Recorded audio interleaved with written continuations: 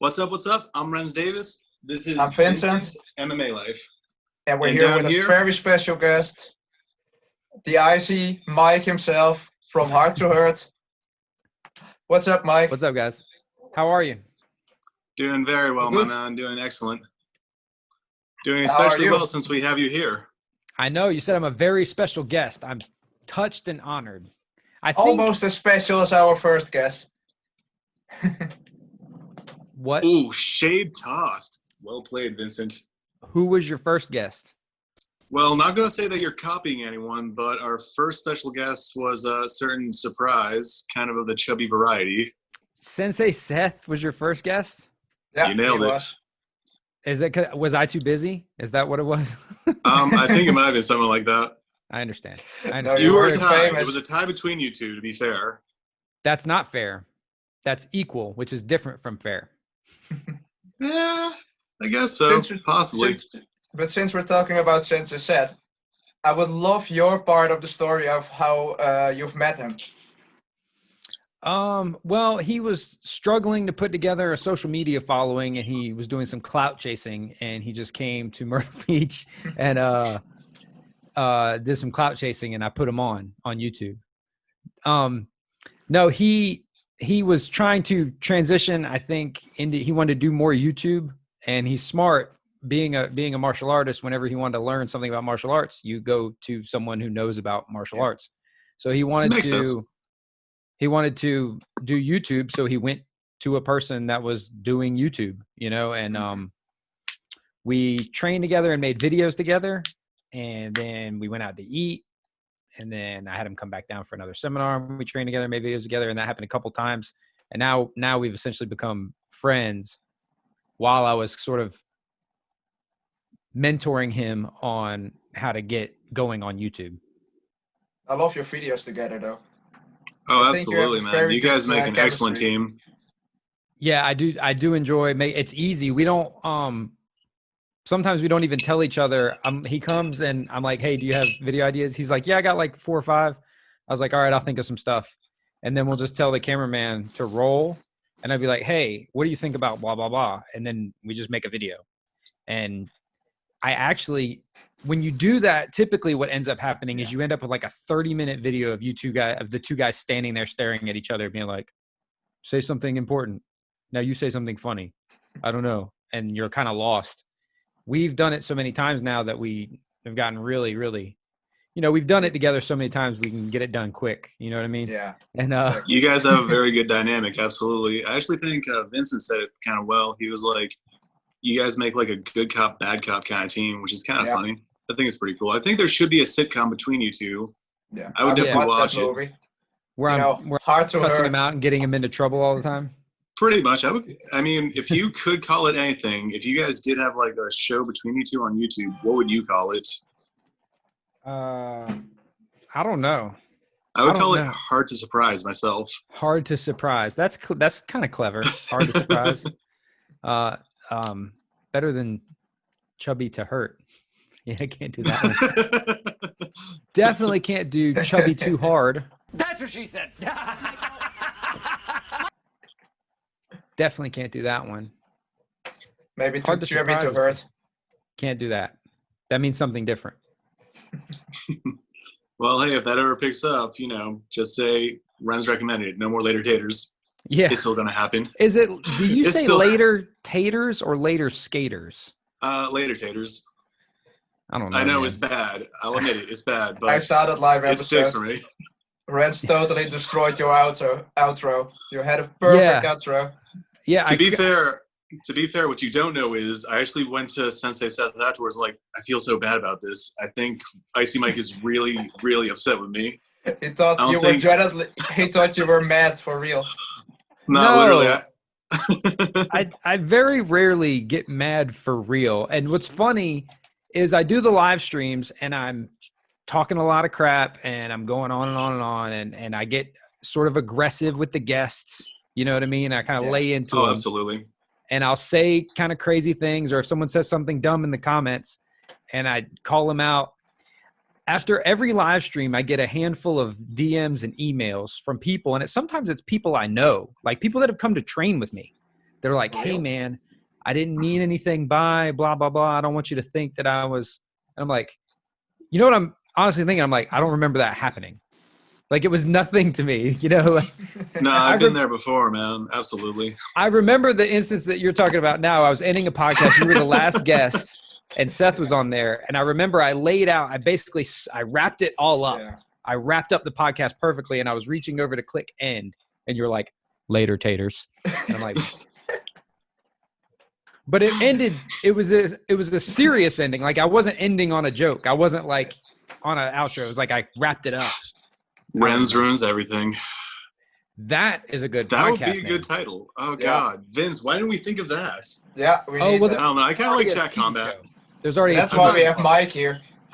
He has the Yeah. brains Oh yeah, for Adam YouTube. ruins everything. True. Yeah. Nah, I think I'll keep Renz Davis. I Yeah. don't think there's. I thought about trying little like monikers myself. I'm like, nah. I'm just gonna keep it like Yeah. Renz. It's easy. By the way, Mike, So how what- is teaching again? You know, How is since what? the virus.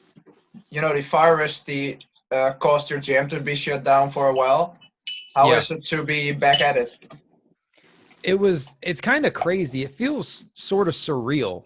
When they said we could reopen, I didn't even want to, which is weird because like I was dying to get in there. When they said we could reopen, we actually got the okay to open about 2.5, maybe even 3 weeks before everyone was allowed to reopen.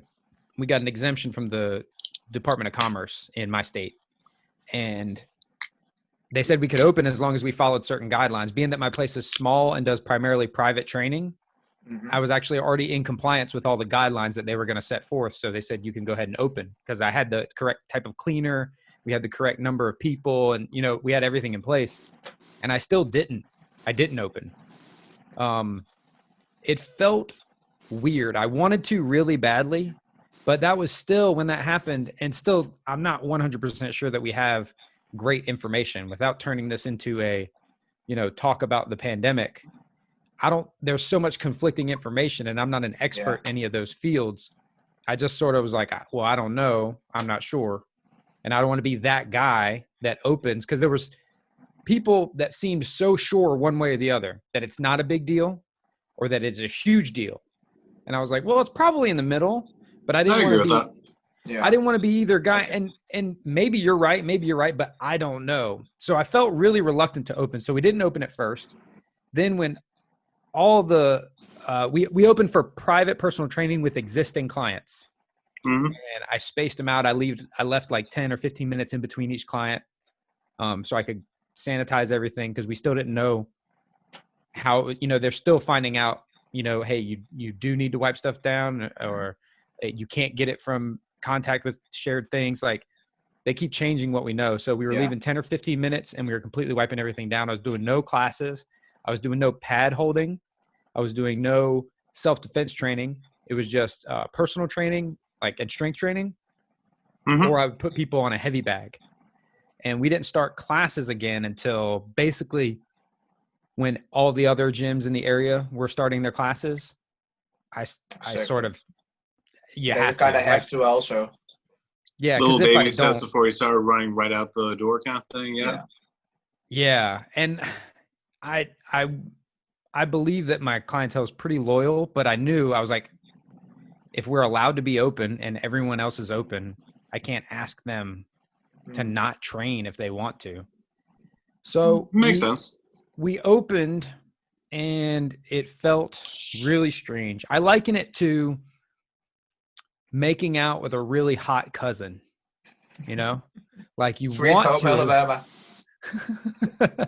like you I haven't done that. Not going to lie to you. So you'll have to describe this further for people that have not. well, I haven't done it either, Renz, you sicko.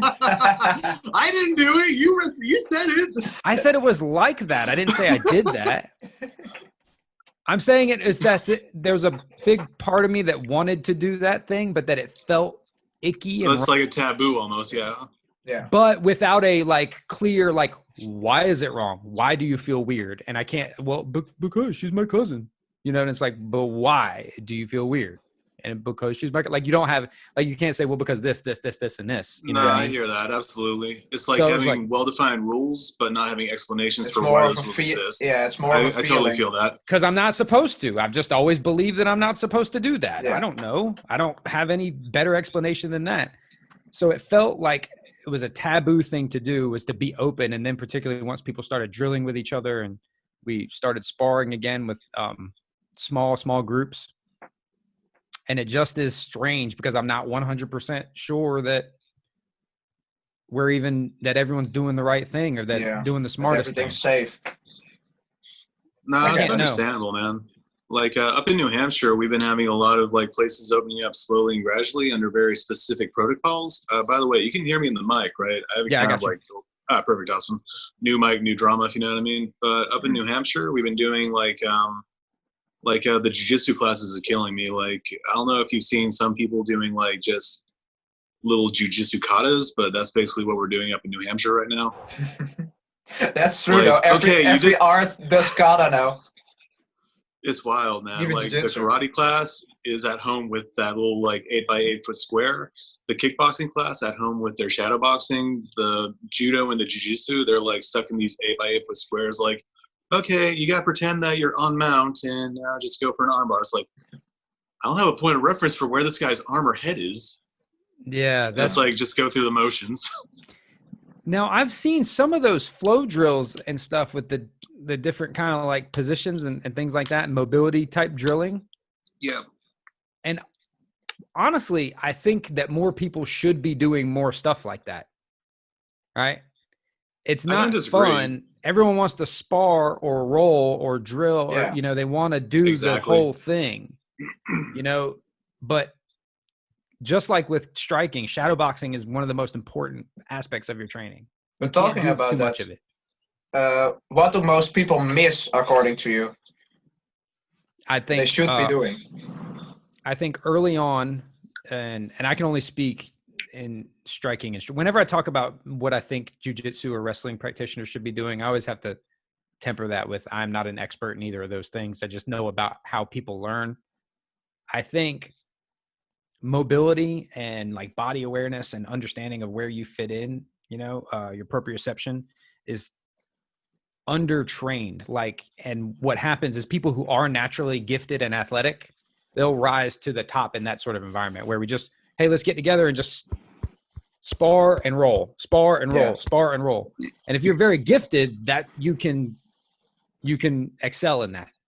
But if you're not gifted, you're the dude that trains for a couple months and just can't hang. He's too beat up and banged up and he doesn't understand what's happening and he leaves.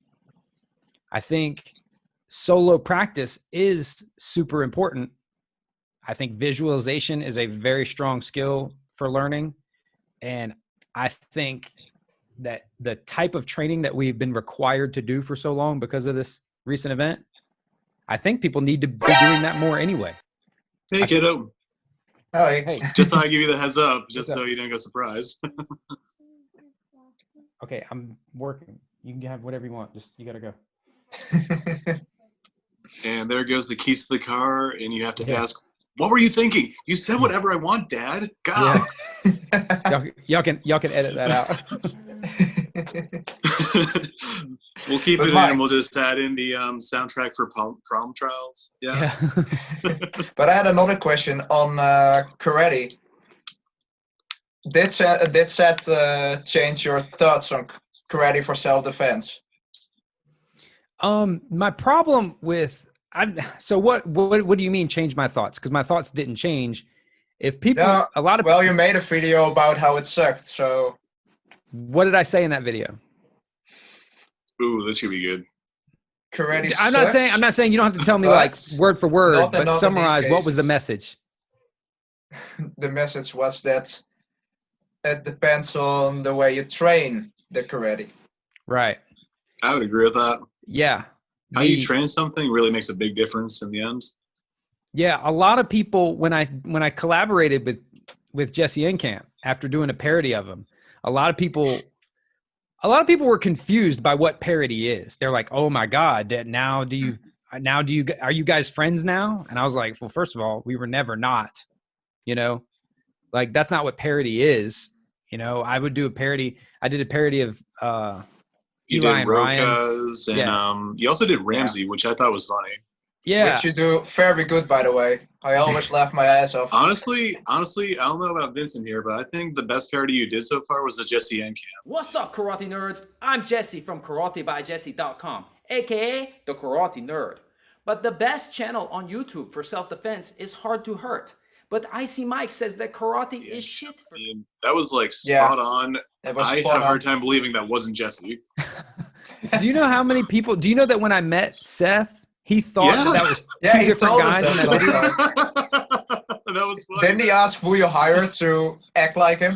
Yeah. What? That was like the best ever. Just saying. Yeah. Thank you. So when a lot of people asked me because they saw a video where I learned a kata from Jesse Enkamp, and they said, "Oh, so now have you changed your opinion on karate?" Like that's what I'm trying to say. Let's start with a bow. Perfect. Hands in front of your belly button. Yeah. And then we're gonna start like this. On karate, like I got asked that question a lot of times in comments and online. So it's funny that you asked that because I always said, "So what do you think my changed it from what to what?" Because no, I didn't. And if you think that because I did a kata with Jesse, you think now I've changed my mind, it probably means that you didn't get what I thought before. You probably understand what I think now because you do. You already said it. But most people are like, "Oh, have you changed your mind?" I was like, "What?" When I said karate sucks. And in that video, I made fun of Brazilian Jiu-Jitsu and I made fun of Muay Thai in that same video. Yeah. But what happens most people also don't get your sense of humor. Right. The context, so they don't understand the thing. And that might be, I won't say it's intentional. I won't say I'm doing it diabolically. That's just always been the case with me. Sometimes I say things that are so ridiculous and people are like, "Oh my God, I can't believe he thinks that." And I'm like, how? Right. You shouldn't believe that I think that. You shouldn't believe that any person thinks that. But how do you deal though with those haters? Because you do not seem like a guy to me that really cares about them. No, it bothered me. So the only way that haters online can bother you, and you guys are going to run into this now that you're doing, martial arts related content on the internet. It's going to be the Aikido crowd, isn't it? Still going to be those like Aikido nuts that are like, I already Aikido have still works. Guy who dislikes every video with Sensei Seth in it. Yeah, even I think you guys are actually uploaded. You guys, if you continue when you start, it's actually not that bad. That's one thing that people don't really touch on or tell you. When I started HARD2HURT, up to 5, maybe even 10,000 subscribers, the number of negative comments and negative any attention and anyone had anything bad to say, it was almost non-existent. And I used to marvel. I'd be like, "Dude, they talk about YouTube comments like what? I don't understand what they're talking about." My comment section is great. People were supportive. People became friends. People, there's a community in my comment section. And I was always really proud of it. And I cultivated that. I answered every comment. I was always in the comments. You guys know this. That's how I connected with you guys. Absolutely, man. I remember the karate chop video from about 2 years ago or something like that. That's when you hit 10,000. Yeah, that I think that was exactly it. I think that's where we said it. And so I never knew what people were talking about. But then as we started to grow, then I saw the negative comments. So when I say something like karate sucks, right? Yeah.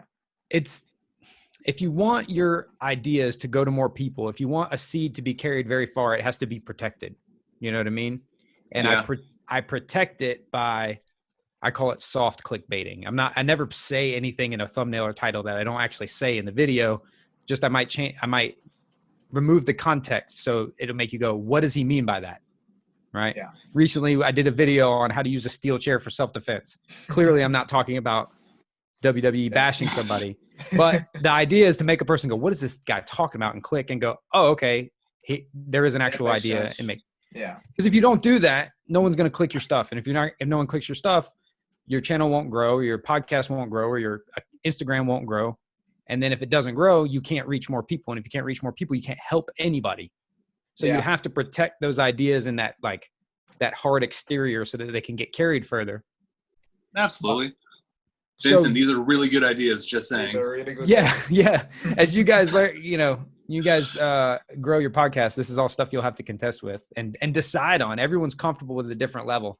I've never been cool with how YouTubers just randomly use. I like with thumbnails. I only ever do 2 types of thumbnails. And I've experimented with other ones and they've worked, but I wasn't happy with doing it.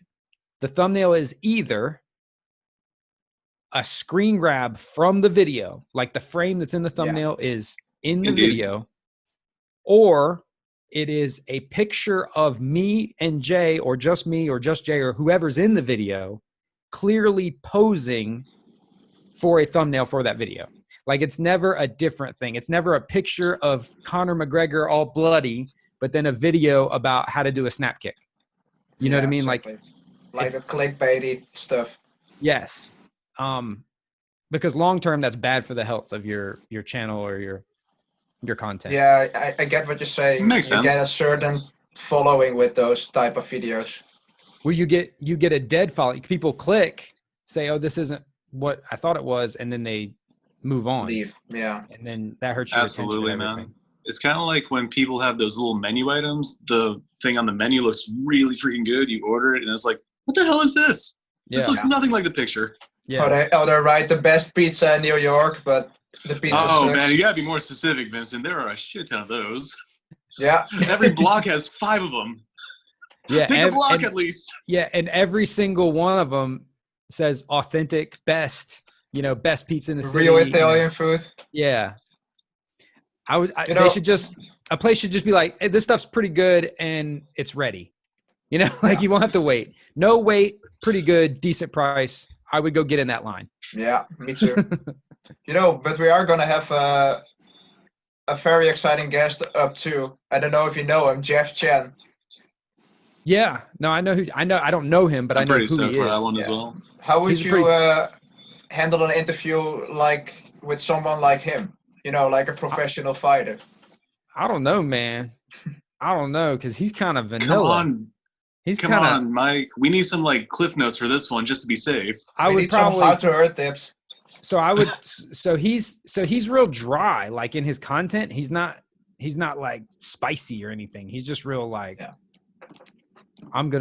today I'm gonna show you how I low kick the shit out of everybody over and over and over again. He's a very good fighter though. Yeah, he's so good. but like interviewing him, I think you should ask him the most interesting stuff that I think people want to know about is sort of peeling back at least one layer of whatever it is you're talking about. So people, when they talk to me, they want to know about hey, how have you created a successful YouTube channel? Or hey, how do you run your own studio?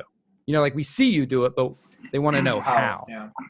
So I would, if I were interviewing Jeff, I would most want to know so he's extremely, extremely proficient at his, I'll tell you exactly what I want to know. This is what I want to know from Jeff.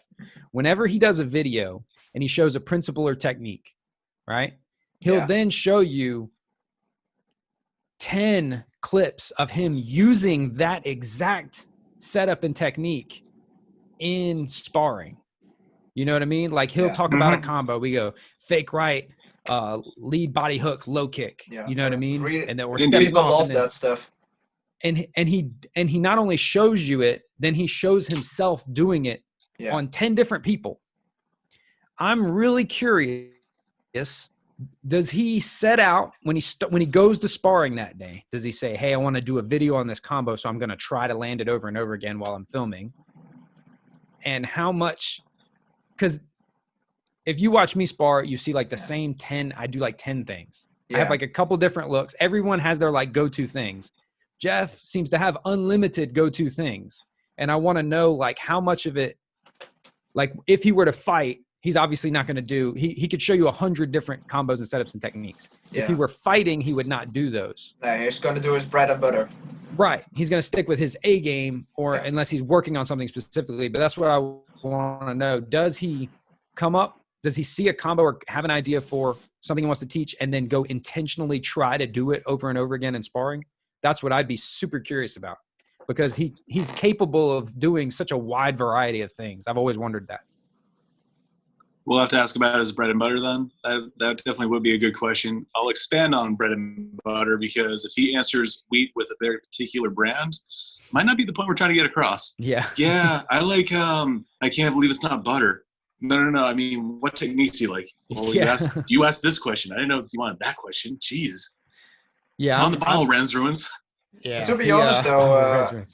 you also teach that in some videos that you can always technically win in sparring if you just set out to do one technique and try it over and over again Right. until you land it. Right. That's my guess is that's what he's doing.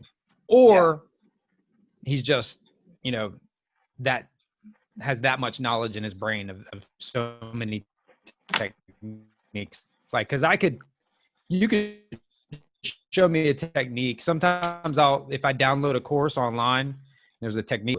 And then by the end of the day, maybe I'm like starting to land it. Actually, it's the middle of the day. This is what usually happens. Beginning of the day, you can't land it. Middle of the day, you start landing it. And then by the end of the day, everyone's caught onto it and you don't land it anymore. I get what you're saying. By the way, one thing. The hardest part about interviewing him, though, will be that he's just like, I want to, like, does he talk shit? Does he like, he's just, That's actually a good question. He looks question, like a very he's very down to earth guy that doesn't have to say much. He's very serious. You know what I mean? I want to hear funny stuff. I want to see funny Jeff Chan. I want to see Jeff Chan fails. Like you kind of did with Sensei Seth. Yes. You took that child-friendly. That's what I would do. That child-friendly guy. You took him out of his cage. Peel that layer back. If you guys want to do podcast and interview type content, what people want to see is not the stuff they already know about the person. They want to go, and maybe not super deep. Like we don't need to find out when I interviewed Fight Perfect, I don't need to know like what happened to them as children that made them the way they are, They were born in England. That's what happened. Right.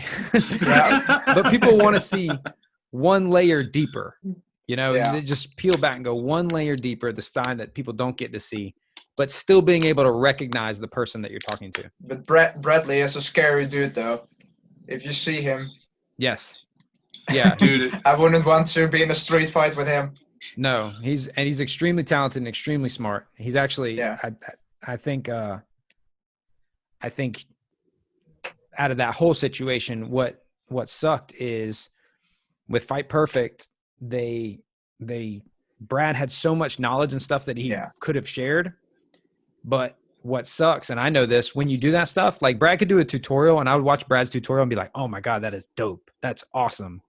But performance wise, those videos don't perform the same, So when you do a video, like a funny reaction video or something very YouTubery, and it does so well, it's like, well, I could do these types of videos and be able to quit my day job, or I could do these types of videos and still have to go punch a clock, so it makes this starts to look more like I won't say that it's you compromising your principles, but if you also like making funny, fun content, and you can do that for a living. I totally agree. But why did they get banned according to you? They were very personal and aggressive towards individuals. We're not saying any names. That's one. What are you that's saying? One I big want to problem. say the name. No, maybe we have him on the show too someday. Right, and YouTube doesn't like that, and the people reviewing it could probably detect. They can detect. I don't know whether the machines do it or the humans do it, but somebody detects like context and whether something's good natured or all in fun. But I also think that somebody's following is kind of culty, and that they just reported their channel over and over and over again. And that could be part of it. But if you ran for instance, if you ran a squeaky clean channel and somebody reported over and over and over again, nothing would happen to you. True. Right? If you ran a awful dark, evil, definitely mean spirited channel, but nobody reported you, you probably would get away with that for a while too. Yeah. True. But if you're being mean and people are reporting you, you know, You're probably gonna get caught quick. Yeah. yeah. And when I say mean, people are like, oh my God, you can't even be mean. Well, not to individuals. And some people think like, oh, that shouldn't matter. Like some people take issue with that. And it's like, well, you know, that's their platform. It's their rules. Like there are places you can go on the internet where you can say whatever you want to whoever To be honest, you want. we kind of YouTube is our landlord, if Right. you want to call it that. Actually, I wouldn't even because with landlords, you have lots of legal protections. Landlords are required to do a lot of certain things. You know what I mean? You're allowed to operate within. I kind of prefer the term overlord myself. Well, it's one you volunteered. You know what I mean? Yeah. You chose to go do it. It's more like, I would say it's more like a person who runs an open mic night at a coffee shop, you know? That is a good, like the host. Yeah. That's Like definitely like a good host more than anything. You can come in and do whatever you want. Sure. Come in, get up there. What are you going to do? Oh no, we don't do that here. It's like, oh, free speech. It's like, sure, go outside and say it, but you can't do that up here. Yeah. Now, it's your home. So your rules. I mean, if somebody visited your home and they were an asshole, you would just also tell them to leave. Right. Now, as simple as that.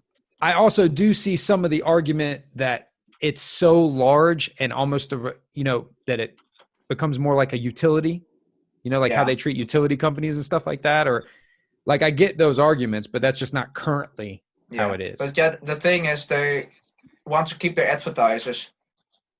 Yeah. Yeah. Yeah. So they want to keep it as child friendly as possible.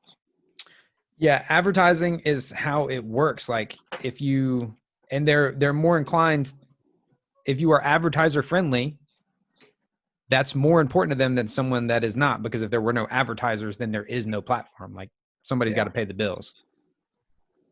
Yeah, that's true.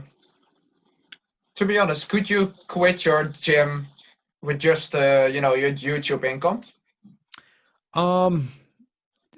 Sort of. Or no, if you don't want to go into that, you can also say no. It's not that. For me in particular, that answer becomes more complicated. I could do YouTube full time and make a living at it. The problem is my YouTube channel would not be as successful if I didn't have the gym. And my gym would not be as successful if I didn't have the YouTube channel. So they exist harmoniously almost. Yeah, symbiotically. Perfectly balanced. So one is only as good as the other. If I'd say at this stage at YouTube, if I did anything else besides what I'm currently doing, like if I was in another niche or I did another type of content, I probably could. I'm right at that tipping point.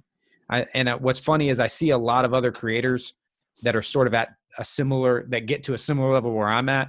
And I'm imagining that they've all been through this point. Like, well, I could just go all in and this be my job, but I need to keep my 9 to 5. And then they sort of like my channel growth is actually slowing right now. I get what you're saying. Because I have not increased the amount of time and energy I'm devoting to it, because it's scary, because it could, it's like they could suck the wind out of your sails at any minute. And it just, that paycheck the next month might not be there.